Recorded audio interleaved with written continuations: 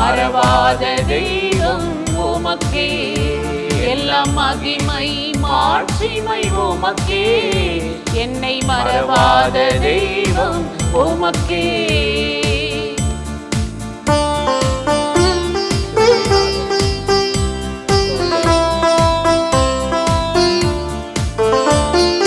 கர்த்தாதி கர்த்தரும் நீர்தானே, ராஜாதி ராஜனும் நீர்தானே.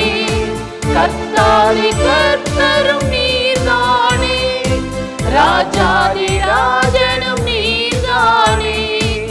இருந்தவரே வருபவரே, இருந்தவரே இனி வருபவரே, இன்று என்னில் வாழ்பவரே, இன்று என்னில் வாழ்பவரே.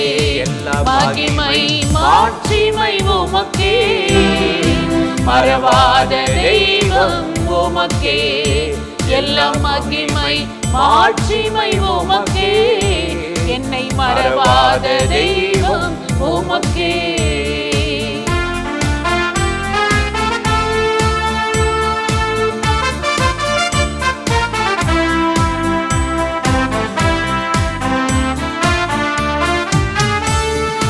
வாழ வைக்கும் வள்ளல் நீர்தானே, வழி நடத்தும் மேய்ப்பன் நீர்தானே. என்னை வாழ வைக்கும் வள்ளல் நீர்தானே, வழி நடத்தும் மேய்ப்பன் நீர்தானே. வல்லவரே நல்லவரே, வல்லவரே என்றும் நல்லவரே, வல்ல பெரும் காரியம் செய்பவரே, வல்ல பெரும் காரியம் செய்பவரே. மகிமை மாட்சிமை உமக்கே, மறவாத தெய்வம் உமக்கே, எல்லாம் மகிமை மாட்சிமை உமக்கே, என்னை மறவாத தெய்வம் உமக்கே.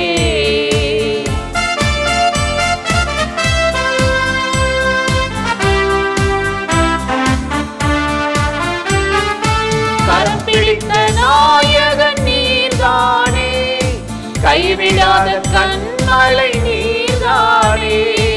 கரம் பிடித்த நாயகன் நீர்தானே, கைவிடாத கண்மலை நீர்தானே. காண்பவரே காப்பவரே, காண்பவரே என்னை காப்பவரே, காலமெல்லாம் சுமப்பவரே, காலமெல்லாம் சுமப்பவரே. மகிமை மாட்சிமை உமக்கே, மறவாத தெய்வம் உமக்கே, எல்லாம் மகிமை மாட்சிமை உமக்கே, என்னை மறவாத தெய்வம் உமக்கே. பிரியமானவர்களே, ஆண்டவராகிய இயேசுவின் நாமத்தினாலே இந்த காலை நேரத்தில் இயேசுவை தினம் பார்ப்போம் என்ற இந்த நிகழ்ச்சியின் மூலமாக உங்களை சந்திப்பதில் மிகுந்த மகிழ்ச்சி அடைகிறேன். கர்த்தர் நல்லவர், கிருபையும் இரக்கமும் நிறைந்தவர். இந்த நாளிலும் கட்டாயம் உங்களை ஆசீர்வதித்து நடத்தி நன்மை செய்வார். இன்றைக்கும் ஒரு வசனத்தை உங்களுக்கு ஞாபகம் பண்ணி சில காரியத்தை சொல்லி ஜெபம் பண்ணுவது நல்லது என்று உணர்ந்தேன்.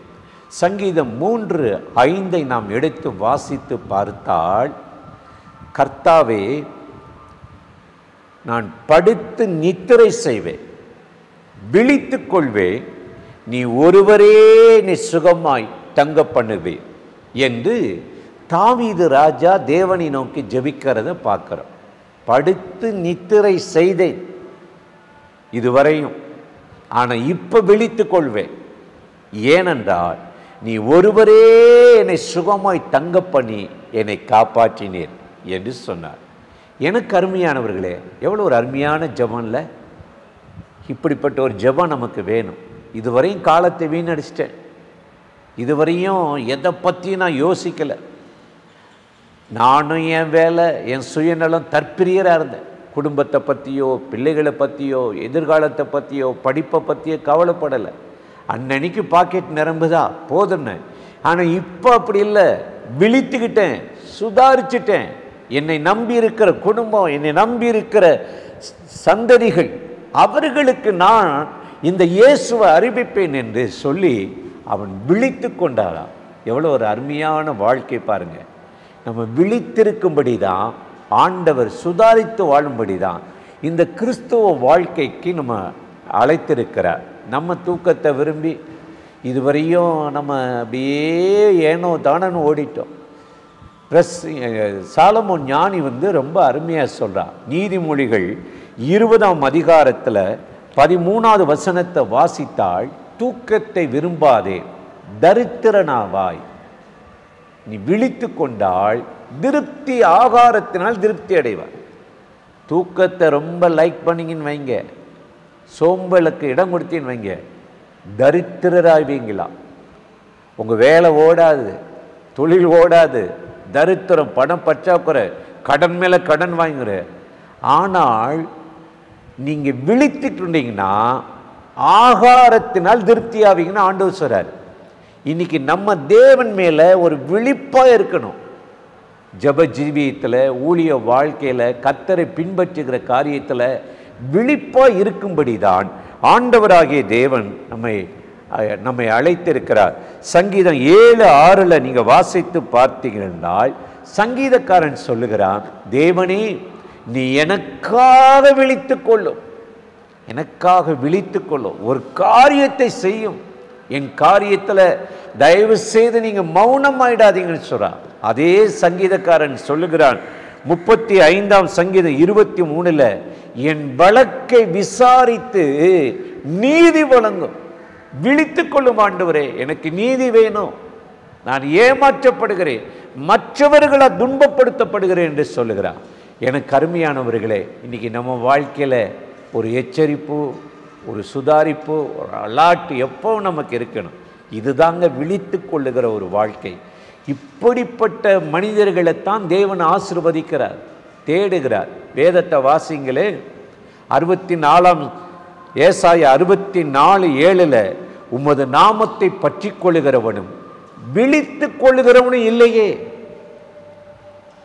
ஆதாமும் ஏவாளும் சுதாரிக்கல, விழித்து கொள்ள சாத்தான் வரும்போது இது ஆண்டவர் திங்கக்கூடாது, தின்றால் என்ன விளைவு வரும் என்று சுதாரிக்கல. அவன் பேச பேச கேட்டுக்கிட்டே இருந்து உணர்வில் நாம போயிட்டாங்க. அன்றோ அவர்கள் தூக்கத்தை விரும்பினது மாதிரி கனியை விரும்பி அவர்கள் தள்ளப்பட்டு போயிட்டாங்க. இன்னைக்கு அதனால தான் விழித்து கொள்ளுங்கள், தெளிந்தவர்களாய் இருங்கள் என்று கர்த்தருடைய வேதம் நமக்கு அருமையாய் சொல்லுகிறது. வேத புத்தகத்தை வாஸ்து பார்த்தீங்கன்னா எதில் விழித்து கொள்ளணுமா? 1 கொரிந்தியர் 15:34 நம்ம பார்க்கும் பொழுது, நீங்கள் பாவம் செய்யாதபடி நீதிக்கென்று விழித்திருக்கணுமா. நீதியா இருக்கணும், பேச்சில் நீதி, பழகிறதுல நீதி, உண்மை. என்ன வந்தாலும் சரி, பொய் பேசி ஏமாற்றி பாவத்துக்கு, சோதனைக்கு, சாத்தானுக்கு இடம் கொடுக்கக்கூடாது. அப்படி விழித்திருந்தீங்கன்னா பாவத்திலையும் சோதனை விழாதபடி தேவன் உங்களை காப்பார். அது மாத்திரமா, வெளிப்படுத்தல் 3:2 பார்க்கிறோம், நீ விழித்து கொண்டு சாவதற்கு ஏதுவான உன் கிரியைகளை ஸ்திரப்படுத்து என்று சொல்லுகிறார். சாவதற்கு ஏதுவான உன் கிரியைகள், ஆக்டிவிட்டீஸ். ஜபம் குறைஞ்சு போச்சா? தரிசனம் குறைஞ்சு போச்சா? ஊழியம் பாரம் குறைஞ்சு போச்சா? விழித்து கொள்ளு, இப்பவே விளக்க சரி பண்ணு என்று சொல்லுகிறார். இன்றைக்கு காலையில் இந்த வார்த்தையை கேட்கிற எனக்கு அருமையான சகோதர சகோதரிகளே, நீங்கள் விழித்து கொள்ளுங்கள். இதைத்தான் சங்கீதக்காரன் சொல்கிறார், படுத்து உறங்கி இதுவரை நித்திரை செய்தே நீ ஒருவரே நீ சுகமாய் தங்க பண்ணுகிறீர் என்ற வார்த்தையின்படி இந்த நாளிலும் ஆண்டவர் விழித்து ஜெயமுள்ள ஒரு வாழ்க்கை வாழ இந்த நாளில் ஆசீர்வதித்து நடத்துவார். அந்த தேவாதி தேவனை நோக்கி நாம் இப்பொழுது ஜெபிக்கலாமா? அன்பும் இரக்கமும் கிருபையும் நிறைந்த நல்ல ஆண்டவரே, இந்த ஆசீர்வதிக்கப்பட்ட நாளுக்காக, நேரத்துக்காக, கிருபை இரக்கங்களுக்காக உமக்கு நன்றி. நாங்கள் விழித்து கொண்டு சாவதற்கு ஏதுவாய் இருக்கிற எங்கள் கிரியைகளை ஸ்திரப்படுத்தி கொள்ள ஆண்டவரே, நாங்கள் சரி செய்து கொள்ள எங்கள் விளக்குக்கு எண்ணெய் ஊற்றுவீராக. தூக்கத்தை விரும்பாதபடி, நிர்விசாரத்துக்குள் போகாதபடி, எங்களுக்கு உள்ளதிலே நாங்கள் முன்னேறவும் வளரவும் தக்க வைத்துக் கொள்ளவும் ஆண்டவர் ஒவ்வொருவரையும் தட்டி எழுப்புவீராக. எனக்காக வழக்காடி விழித்துக் கொண்டு ஒரு காரியத்தை உம்முடைய பிள்ளைகளுக்கு செய்து இந்த நாளில் அற்புதமாய் நடத்தும், ஆசீர்வாதமாய் நடத்தும். இயேசுவின் நாமத்தில் வேண்டிக் கொள்ளுகிறோம் எங்கள் உயிருள்ள நல்ல பிதாவே. ஆமேன், ஆமேன். ஆண்டவர் நம்முடைய ஜெபத்தை கேட்டிருக்கிறார். கட்டாயம் இந்த நாளில் நடத்தி ஆசீர்வதிப்பார். ஆமேன்.